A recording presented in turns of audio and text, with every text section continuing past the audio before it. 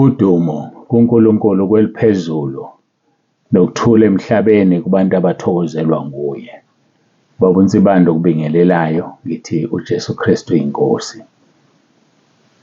Siyambonga uNkulunkulu kakhulu, siyamdumisa ngokuthi usiphile nalolu suku lwanamhlanje ukuba silubone, simsebenzele, yenzeke intando yakhe, lifezwe icebo lakhe ngami nangawe.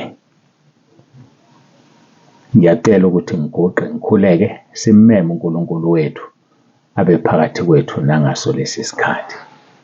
uJesu KRISTU Inkosi.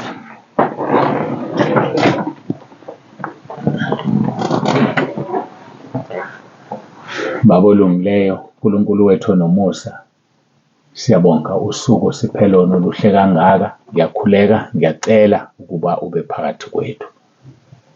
Ngikhulekela bonke abalalele njengamanje, uyabazi. Abanye basebuhlungwini, abanye bashonelwe, basanda ukuzithola indaba ezibuhlungu. Abanye sebenesikhashana bezitholile, basazongcwaba bakangcwabi. Abanye bayangcwaba namhlanje kungolwesihlanu ngoba amaholide kaKhisimusi aseseduze. Abanye Nkosi bayagula, abanye balele ey'bhedlela, abanye bakwikhoma kuma-ICU. Ngiyakhuleka ngegama leNkosi uJesu ukuba ubathinte, ukuba uNkulunkulu wami bakubone amandla akho. Ngiyacela Nkosi ukuthi uthumele izwi lakho elinamandla njengoba ushilo kwiHubo 107:20 wathi uthumela izwi lakho libaphilise, libakhulule emathuneni. Ngiyacela namanje Nkosi ulenze izwi lakho kakhulu kulona loyo lalele lenkonzo, noma ngabe uyahamba uya esibhedlela uyobona ogulayo. Ngiyacela Nkosi amlalelise lo mkhuleko, aphiliswe ngamandla avela ezulwini. Omunye uyagula ulele ekhaya, omunye ulalele manje.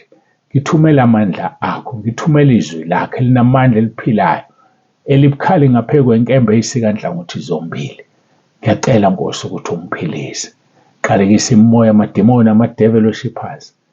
Omunye Nkosi akakufisi ukulala ngenxa yamaphupho amabi. Uhlaselwa amademoni ngendlela eziningi ezihlukene. Makakhululwe namhlanje. Ngimfafaza ngegazi lakho. Fafaza igazi lakho ekamelweni alala kulona, embhedeni alala kuwo. Qalekisa imimoya, amademoni. Ngifafaza igazi lakho phezu kwerufu yonke, umuzi wonke, ebaleni, egcekeni. Ngiyakhuleka Nkosi, bonakalisa amandla akho. Ngiyakhuleka Nkosi, omunye uney'nkinga akazi uzophuma kanjani, uney'kweleti akazi uzophuma kanjani. Omunye useyabaleka, ubalekela abantu bayamfuna. Nkosi, kwangathi angabalekela kuwena, akubikele udaba. Sho njalo incwadi kaJobe ithi mina bengiya kumfuna uNkulunkulu, kuNkulunkulu bengiya kuyibeka indaba yami. Siyahlupha sibeka indaba zethu kubantu abangeke basisize ngalutho. Sifundise Nkosi ukukhuleka, sifundise ukubeka indaba zethu kuwe. Siyacela ukuthi mase sizibekile zixazululeke. Nampa abantu bakho Nkosi, uyababona ey'ndaweni zonke ngey'nkinga zabo. Singabakhohlwa Nkosi abazingelwayo ngenxa yegama lakho. Singabakhohlwa Nkosi laba abafuna ukubulawa ngoba benze intando yakho. Ngiyacela Nkosi ukuthi ungenelele. Sibonga ukuthi kuze kube manje sivikelekile.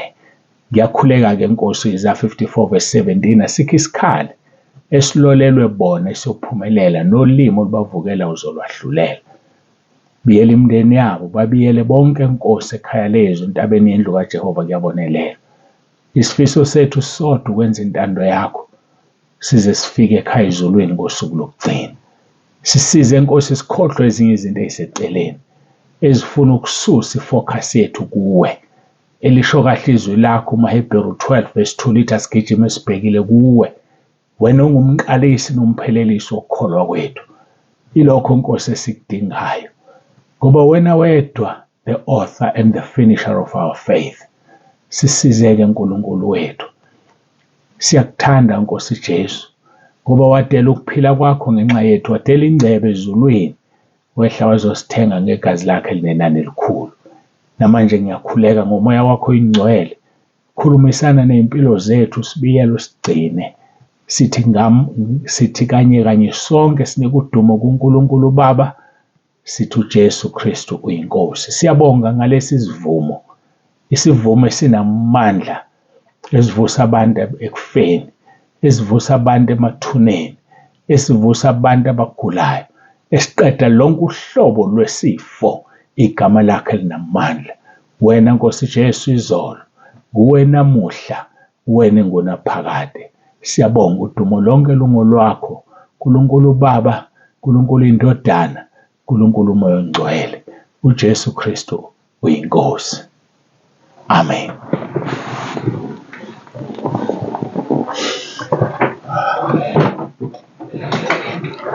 Siyambonga-ke, siyamdumisa uNkulunkulu kakhulu bangcwele.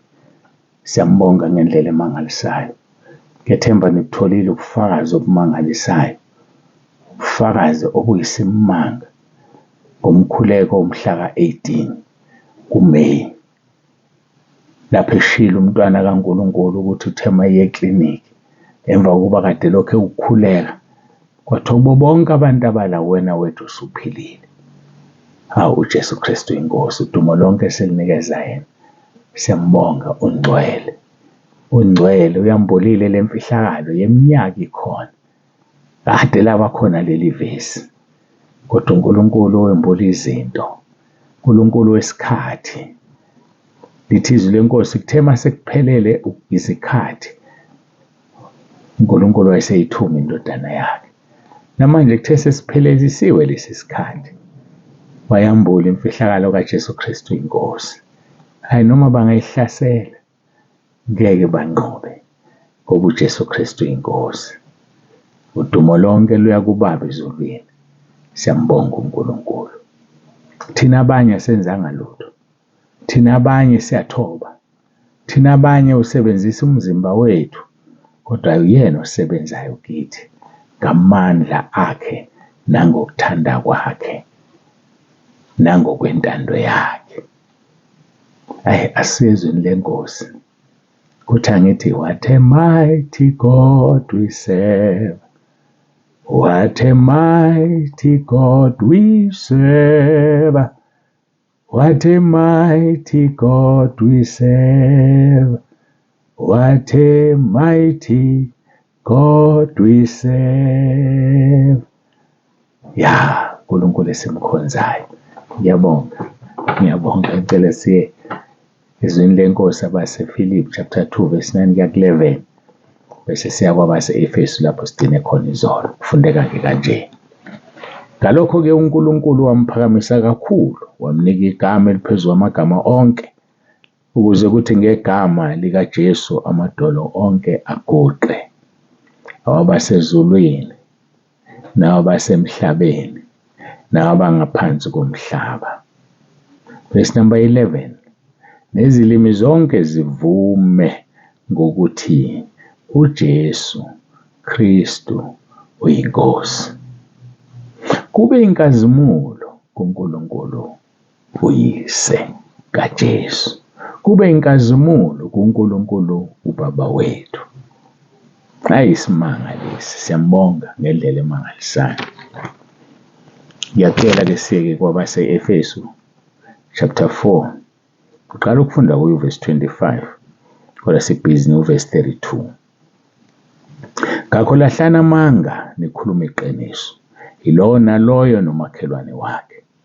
Lokhu singamalungu omunye komunye, thukuthelani ningoni, ilanga malingashoni nisathukuthele. Ningamniki uSathane indawo, owebayo angabeseba, kepha kunalokho akhuthale, asebenze okuhle ngezandla zakhe, ukuze abe nokokwabela osweleyo. Uzomabela kanjani osweleyo uma ungasebenzi? Uzomupha ini osweleyo ngoba usebenzi? Cela umsebenzi kuNkulunkulu, ngoba kade weba wena, uyeke ukweba. Mhlawumbe ukuthatha kancane ukweba kwakho useyingane, weba imali kagogo nomkhulu. Mhlawumbe ukuthatha kancane ukweba kwakho, weba ushukela nokudla, weba ushintshi. Isono leso. Uzosizakala ngokuthi usebenze ngezandla zakho, uphe abasweleyo. Verse 29, makungaphumi emlonyeni wenu nalenyizwe elibolileyo, kodwa kube ngelilungele ukwakha njengokuswelekileyo, ukuze libavezele umusa abizwayo. Verse number 30, ningamdabukisi umoya ongcwele kaNkulunkulu enabe kuphawu ngaye kuze kube lusuku lokuhlengwa. Verse 31, konke okubabayo nentukuthelo nolaka nomsindo nokuhlambalaza makususwe kini kanye nakho konke okubi. Verse 32, maniphathane ngobumnene, nihawukelane, nithethelelane njengalokhu noNkulunkulu wanithethelela ngoKristu. Yileli zwi ivesi esigcine sikulo izolo. Sikhulume ngokuphathana ngobumnene. Saphela isikhathi sikhuluma nje ngobumnene. Lithi-ke verse 32, maniphathane ngobumnene, nihawukelane. Isimanga lesi sidinga ukuhawukelana bazalwane. Siyadinga ukuthi kube lo naloyo amhawukele omunye, ngoba nathi sahawukelwa. Uma sahawukelwa sidinga ukuhawukela nabanye. Bangcwele wasihawukela uNkulunkulu, wanukela indodana yakhe uJesu Kristu. Uma sahawukelwa simele ukuhawukelwa, ngoba lesi sihawu esasinikwayo uma singahawukeli sizohoxiswa kuwena ongahawukeli. Ngiyafisa kuzwakale lokho. Uma ungenaso isihawu, lesi sihawu sizohoxiswa kuwe. Ake sibuke incwadi kaJakobe ecacisayo ngesihawu. Chapter 2 kaJakobe verse 13, ngokuba ukwahlulela okungenasihawu kuyakumehlela ongenzi isihawu. Isihawu sizigabise ekwahlulelweni. Uma unesihawu kubantu, noNkulunkulu uyoba nesihawu noma ngabe kufanele akulahle esihogweni ngoba wena ubunesihawu. Yabona isihawu sikusebenzela kanjani? Lithi leli zwi, isihawu sizigabisa ekwahlulelweni. Ngakho mntaka baba yiba nesihawu ukuze ngosuku lokugcina uhawukelwe noma ngabe bekufanele ulahlwe. Mhlambe ngesono esincane ngecashazana nje, ngenxa yokuthi uhawukela abantu abaningi, uNkulunkulu abesekuhawukela ngoba uyena ongcwelisayo mase kungale kwethu. Nihawukelane. Mntaka baba uyabahawukela yena abanye. Bahawukela umupho osweleyo. Umhawukele umdabukele owenza isono. Owenza isono kuwe kungukumhawukela ukumthethelela. Mthethelele, mhawukele ngoba akakwazi abakwenzayo. Washo njalo uJesu. Wathi baba bathethelela abakwazi abakwenzayo. Mhawukele umuntu okwenzela into ebuhlungu. Kungakujabulisi ukuthi uzojeziswa esihogweni. Kungakujabulisi uma umbone evelelwa yinto. Mhawukele, umzwele, umkhulekele, umcelele uxolo kuNkulunkulu. uStefane, Zenzo chapter 7, wabona izulu livulekile kusukela kuverse 54. Befuna ukumkhanda ngamanje. Wathi ngibona izulu livulekile, indodana kaNkulunkulu imile ngakwesokunene sikaNkulunkulu. Beqala bemkhanda wamemeza wathi, Nkosi yamukela umoya wami. Awamukelwanga umoya wakhe ngoba wayengakabahawukeli abamkhanda ngamatshe. Awamukelwanga umoya wakhe ngoba wayengakabakhulekeli abacelela intethelelo. Verse 59 loyo. Verse 60 mayibona ukuthi umoya wakhe awamukelwe, uthi Nkosi ungababaleli lesi sono. Umkhuleko kufanele ukhuleke umntwana kaNkulunkulu loyo. Umkhuleko kufanele ukhuleke umzalwane. Nkosi ungambaleli usibanibani lesi sono. Nkosi ungayibaleli inkosikazi yami lesi sono, ayazi ukuthi yenzani. Nkosi ungayibaleli indoda yami lesi sono, ayazi ukuthi yenzani. Nkosi ungayibaleli ingane yami. Nkosi ungambaleli umakhelwane. Uzongena-ke ezulwini ngoba wena unjani? Uyahawukela. Lithi izwi lenkosi likaJakobe chapter 2 verse 13, ukuba ukwahlulela okungena sihawu kuyakwehlela ongenzi isihawu. Ngakho-ke ekwahlulelweni mntakababa nesihawu soba khona, ngoba wena ubunjani ubuwenza isihawu. Kodwa uma ungenaso isihawu ngeke uhawukelwe.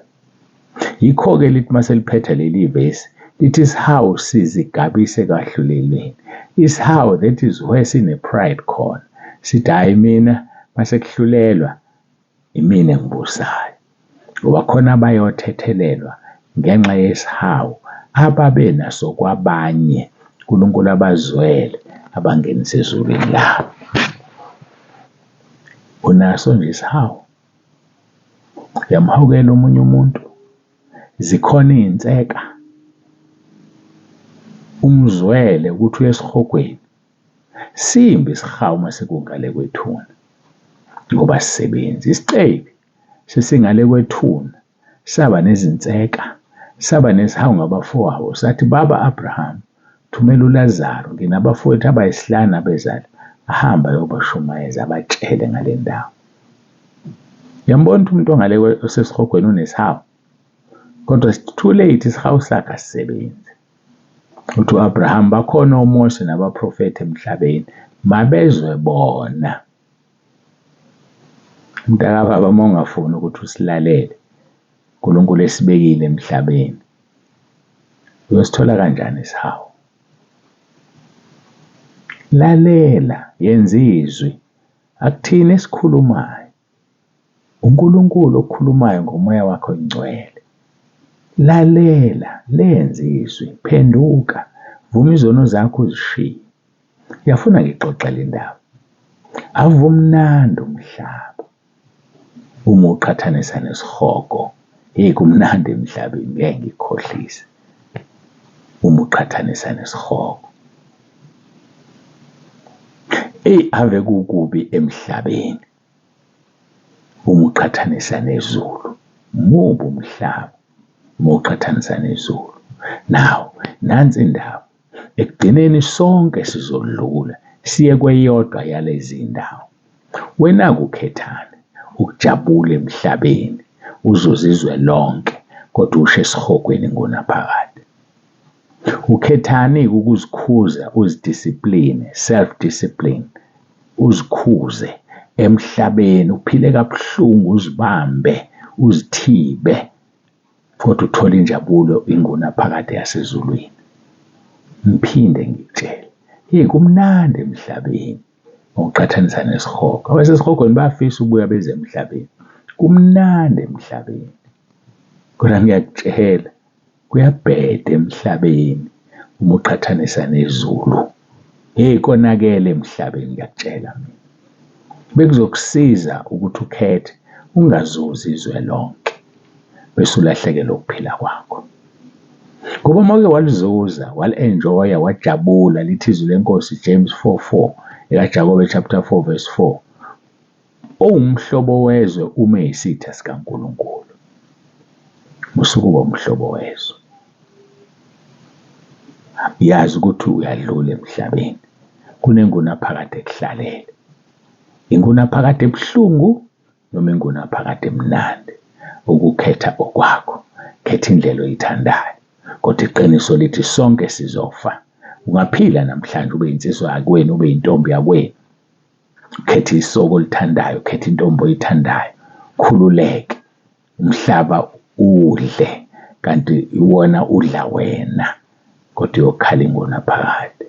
Kodwa uma uzithiba, uziyeke intombi zizinhle, uziyeke insizwa zizinhle, usiyeke isono simnandi, uhlukane naso sivume, uyithobe kuNkulunkulu uxolise, ngunaphakade yoba mnandi, ngoba uyohlala ezulwini udumise nenkosi uJesu.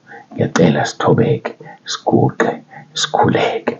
Ngikushiya negama elilodwa namhlanje, iba nesihawu ukuze uhawukelwe.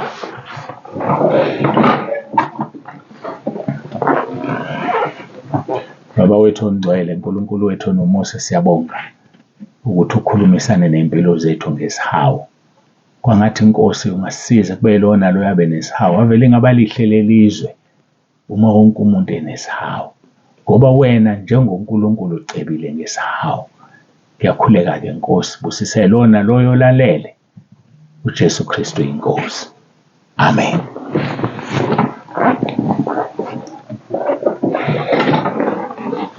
Bawenze bande ovalelisayo ndlelifa izulu ngithi uJesu Kristu inkosi.